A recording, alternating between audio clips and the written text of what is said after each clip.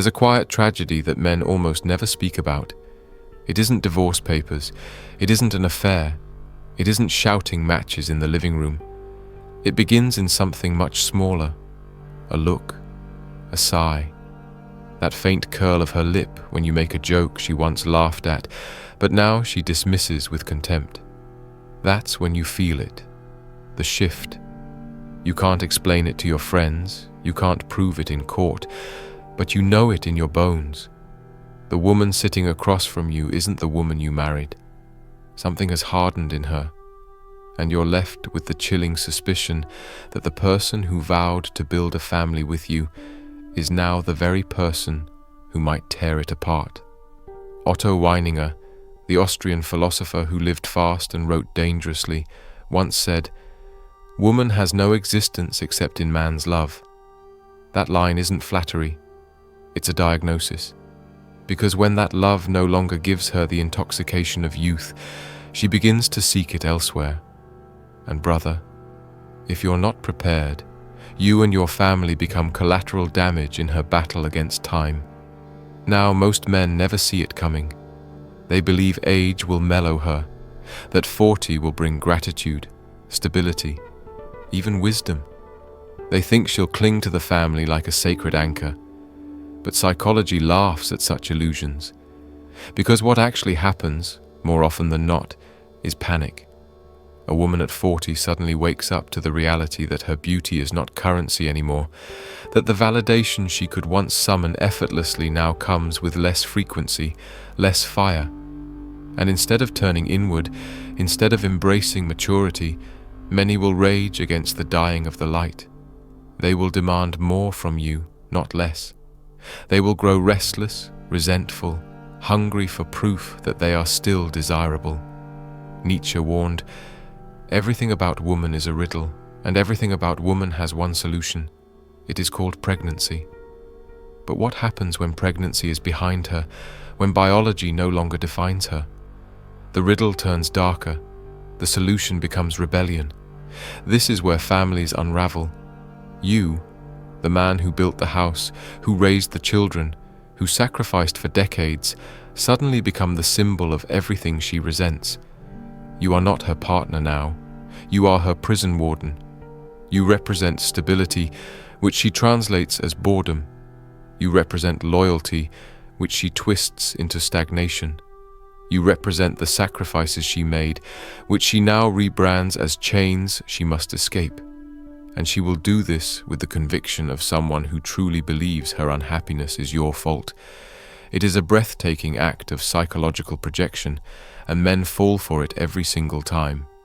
They apologize for not being romantic enough. They beg for another chance. They sign up for dance classes they don't want, dye their hair, buy motorcycles, humiliate themselves chasing a woman who has already mentally left the marriage.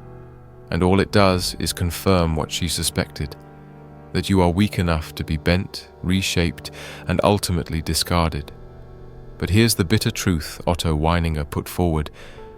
Woman lives entirely in the present. She does not calculate the future. She does not honor the past. That is why her desperation at 40 is so dangerous, because she cannot be reasoned with by reminding her of the 20 years you've spent together, nor can she be calmed by promising her the next 20 will be secure. She cares only for the now, for the thrill she feels in this moment, for the reflection she sees in men's eyes today. And so, if you want to handle women over 40 before they wreck your family, you must stop appealing to logic, stop groveling with memories, stop selling promises. She does not buy those currencies anymore. What she respects, perhaps the only thing she respects, is the man who refuses to collapse under her storm. The man who remains untouchable, humorous in the face of her rage, confident in the face of her contempt. Because paradoxically, while she resents your dominance, she secretly despises your weakness even more. That's the first lesson, brother. If you bend too far, she will snap you in half. If you rage too hard, she will paint you as a tyrant. The path is narrow, but it is there. It is to stand firm without apology, to carry humor like a sword, and to make it clear that your identity is not negotiable. You must show her what Weininger demanded of all men: individuality. He wrote, "The more man is individual, the more he is superior to woman." Harsh words, yes, but they cut to the heart of the matter. If you dissolve yourself into her moods, you become nothing. If you stand as yourself, she may rage, she may rebel, but she will never forget that you are a man. And it is that memory, that anchor, which can either save the family or save you from drowning in the wreckage she leaves behind. Let me tell you something that no marriage counselor, no priest, no self-help guru will dare whisper in your ear. A woman over 40 who begins to resent her man is not thinking about repairing the family. She is thinking about rewriting her own story. And if you allow her, she will cast you as the villain in the narrative she tells herself. Suddenly, you're the man who never supported her dreams, the man who held her back, the man who never appreciated her. She erases decades of love and sacrifice with a single brushstroke of revisionist history, and you stand there stunned, like a defendant in a trial where the charges were fabricated overnight. Otto Weininger captured this when he wrote, "There is no logic in woman." He wasn't insulting, he was observing. A man appeals to facts, to memory, to proof. A woman appeals to feeling, and when the feeling shifts, yesterday's truth becomes today's lie. And this is where men lose themselves.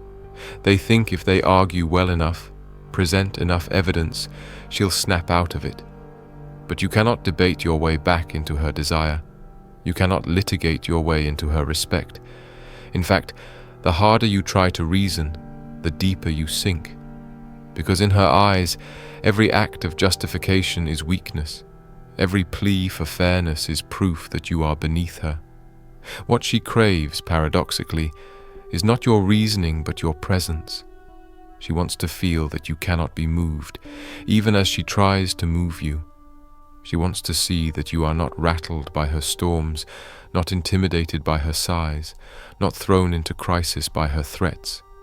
You must be the oak, not the reed. You must bend just enough not to break, but never so much that you become unrecognizable. Humor is your hidden weapon here. And I don't mean clownish, desperate humor, the kind where you try to lighten the mood because you're afraid of conflict. I mean the dry, cutting humor of a man who sees through the absurdity of her midlife crisis and refuses to drown in it. When she says, "I feel like I wasted my best years on this family," you don't beg or argue. You raise an eyebrow and say, "Don't flatter yourself, those years were average at best." When she moans, "I need to find myself," you smirk and say, "Then don't look in my closet, I'm keeping my shirts." It's not cruelty, it's a reminder that her chaos cannot drag you down. And strangely, it is often in those moments, when she sees you laughing at what terrifies her, that she remembers why she was drawn to you in the first place. Because men who cannot be rattled are men who cannot be replaced. But let's not romanticize this too much. Many women at this stage will not be saved. They will sabotage the family to soothe their ego, and you must be prepared for that reality. Weininger was blunt. A woman does not love a man for his own sake. She loves only the love he gives her. Once your love no longer intoxicates her, she may discard you without hesitation.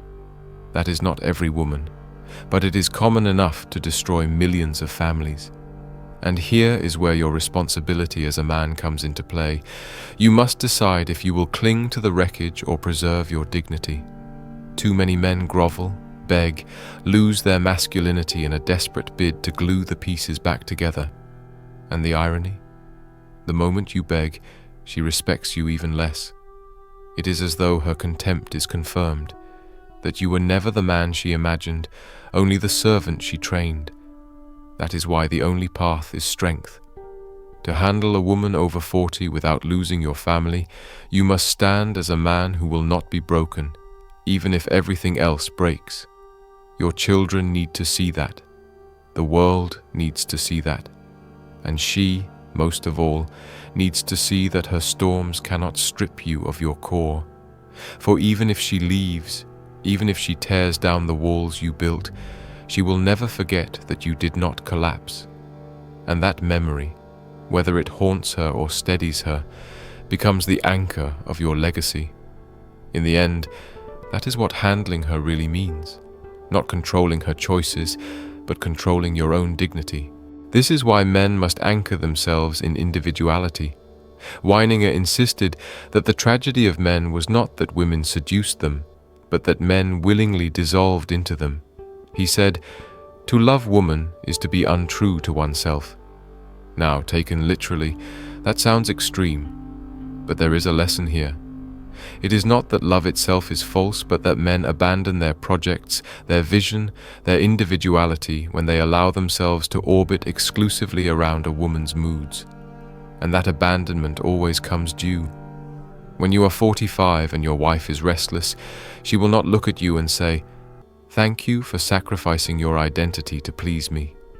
No, she will despise you for it. She will despise you because you no longer stand as a man she can respect. Respect is oxygen to desire.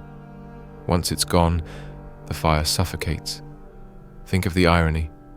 When you were young, you thought giving her everything would guarantee loyalty. Flowers, gifts, endless patience, compromises, and it worked for a while. But the bill always comes. Because once she sees you as a man who exists only for her, she stops seeing you as a man at all.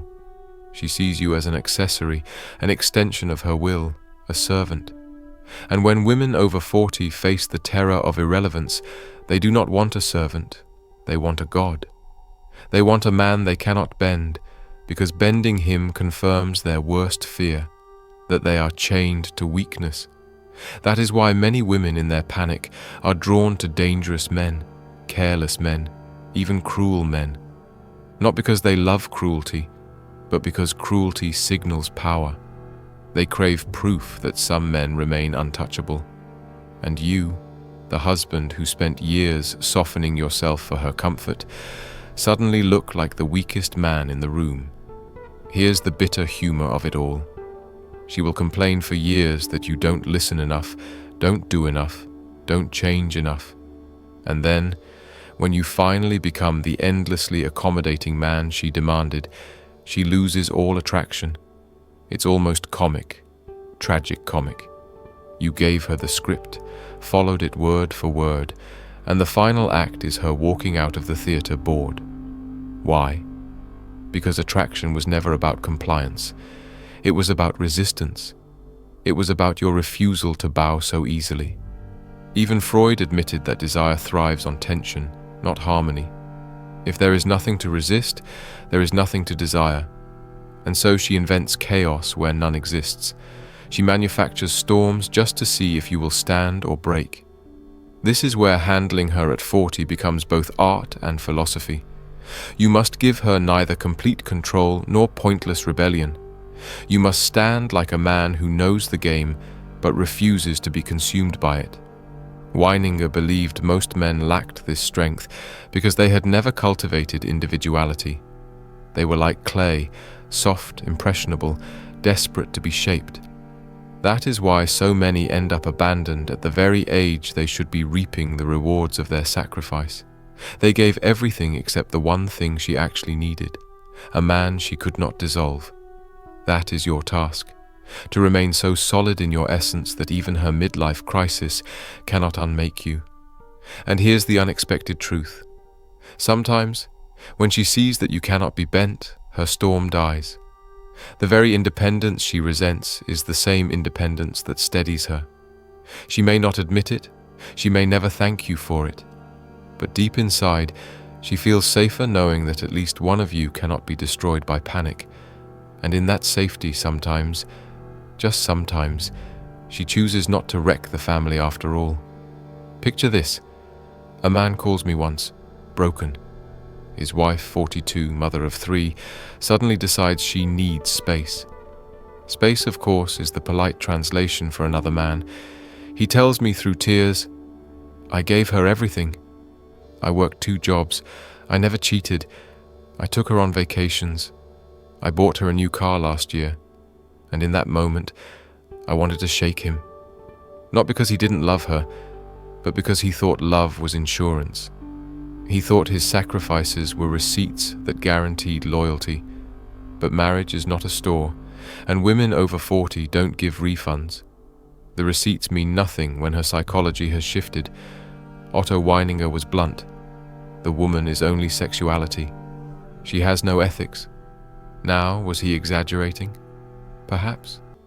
But what he saw was that a woman's decisions are often governed not by gratitude or justice, but by whether she still feels alive. And when she no longer does, all your receipts go straight into the trash. This is why, brother, you must stop thinking in terms of fairness. Life is not fair, women are not fair, and marriage certainly isn't fair. The moment you believe fairness is the glue holding your family together, you're already on the road to disaster. Your wife at 25 wanted you to be romantic. Your wife at 40 wants you to be unshakable. You thought you could meet her halfway, but the truth is she doesn't want halfway. She wants polarity. She wants the magnetic charge of a man who stands taller when she pushes harder. And if she doesn't get it from you, she will test until she breaks you. She will dig until you collapse. And when you collapse, she'll say, "See? I knew he wasn't the man I thought he was." It's cruel, yes. It's maddening, yes. But it's also psychology. Women at 40 are staring at mortality in a way men don't. Their beauty, their desirability, their very identity. It begins to slip. And instead of embracing maturity, many double down on immaturity. They chase compliments from strangers like teenagers at prom. They dye their hair, take selfies, flirt with men who will never commit to them. And if you, their husband, call it out, you're labeled insecure. But don't you see the irony? The insecure one is not you, it's her. She is fighting death by pretending to be 25 again, and she will drag your family into that fantasy unless you refuse to play along. So how do you handle it? With brutal clarity. You cannot beg, you cannot bargain, you cannot grovel. You must show her with every gesture that your life does not rise or fall on her approval. When she accuses you of not being enough, you shrug and say, "Maybe, but I'll survive." When she threatens to leave, you calmly reply, "The door works both ways." When she tests you with contempt, you meet her with composure so steady it unnerves her. Because here's the paradox. Women are most drawn to men who don't need them. And the older she gets, the more she needs proof that you are still beyond her control. That's the oxygen of her respect. Without it, her contempt consumes her and the family. Now let's add a touch of humor, because humor is the scalpel that cuts through drama. Imagine she storms into the kitchen one night and declares, "I'm not happy anymore." Instead of falling into panic, you sip your drink, look her straight in the eye and say, "Then we'll get you a puppy." They're cheaper than therapists and easier to train.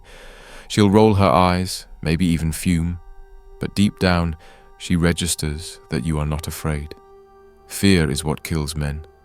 Calm indifference is what saves them. That's what Weininger meant when he said, "Man's essence is individuality." It is not about domination. It is not about cruelty. It is about being so firmly rooted in yourself that her storm cannot uproot you. And here's the beautiful irony.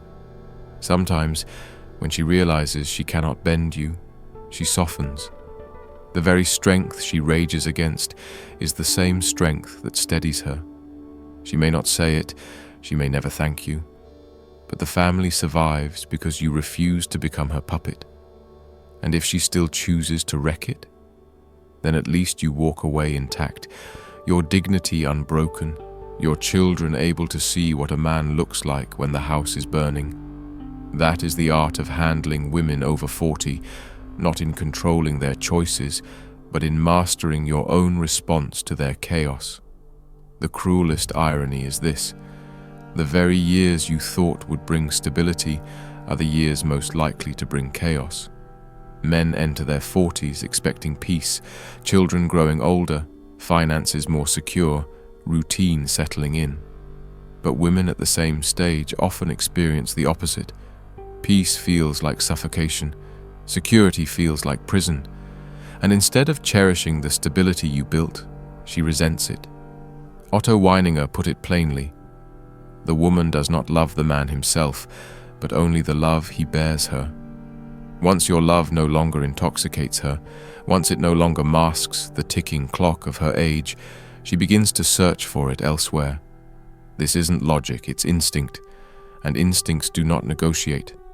Now here is where men make their fatal mistake. They try to fix it. They think if they just work harder, flatter more, change faster, they'll win her back. But have you noticed? The harder you try, the colder she grows. Because each attempt screams what she already suspects, that she is the sun around which you orbit. And no woman, no matter her age, truly respects a man who gives up his center to circle hers. This is why so many men collapse under female midlife crises. They thought loyalty meant erasure of self. They thought love meant dissolving into her. And then one day, she looks at the man she molded and realizes she hates him, because he no longer stands as a man, but as a reflection of her moods. Weininger warned of this dissolution when he said, "To live only for woman is unworthy of man." And yet, how many husbands live exactly like this? So what's the alternative? It isn't cruelty. It isn't apathy. It's individuality.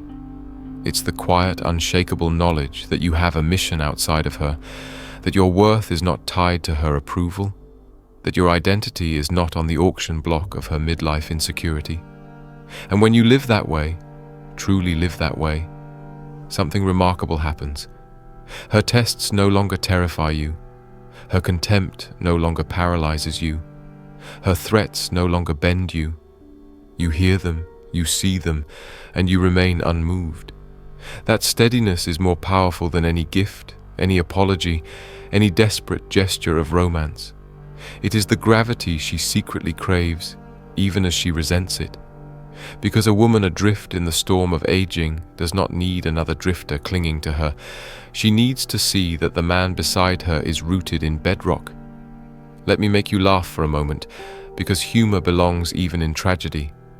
Imagine she comes home with a new haircut, wild and impractical, and says, "Do you like it?" You look her dead in the eye and reply, "I liked it better when it was on the dog." Will she fume? Absolutely. Will she secretly smile inside? Without question.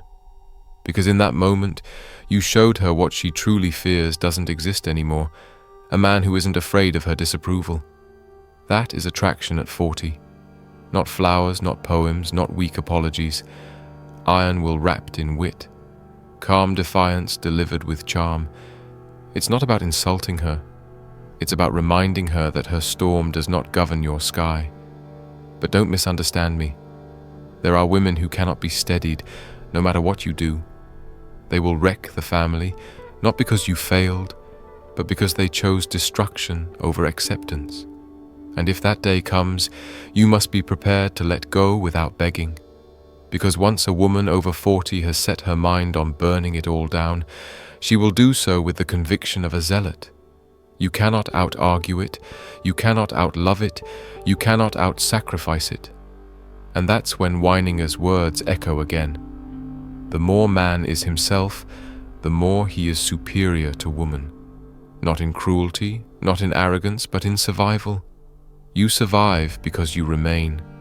She wrecks the family, but you stand intact, a man who did not lose himself even when he lost everything else. And maybe, just maybe, that unbreakable presence is the one thing that sometimes stops her hand before she lights the match. Because deep inside, even a woman in revolt against time still respects the man who will not collapse. And it is that respect, more than love, more than romance, more than compromise, that keeps families from crumbling into ash. So here's the truth, brother. You cannot stop the years from taking her beauty, and you cannot stop her from raging against the clock, but you can stop yourself from being destroyed by it. That is the test. To remain unbroken when the house shakes, to remain untouchable when her moods shift, to remain a man even when she tries to make you doubt it. Otto Weininger's warning still echoes across a century. To live only for woman is unworthy of man. You must live for more, for your mission, for your children, for your own dignity. If she respects it, the family may survive. If she does not, then at least you survive whole. And that, in the end, is the only guarantee you will ever have. Now, if this message struck you, if it cut through the lies you've been told about love and family, then I need you to do one thing. Like this video, share it with the men who are still blind. Subscribe, because this channel is the one place where the truth is spoken without apology.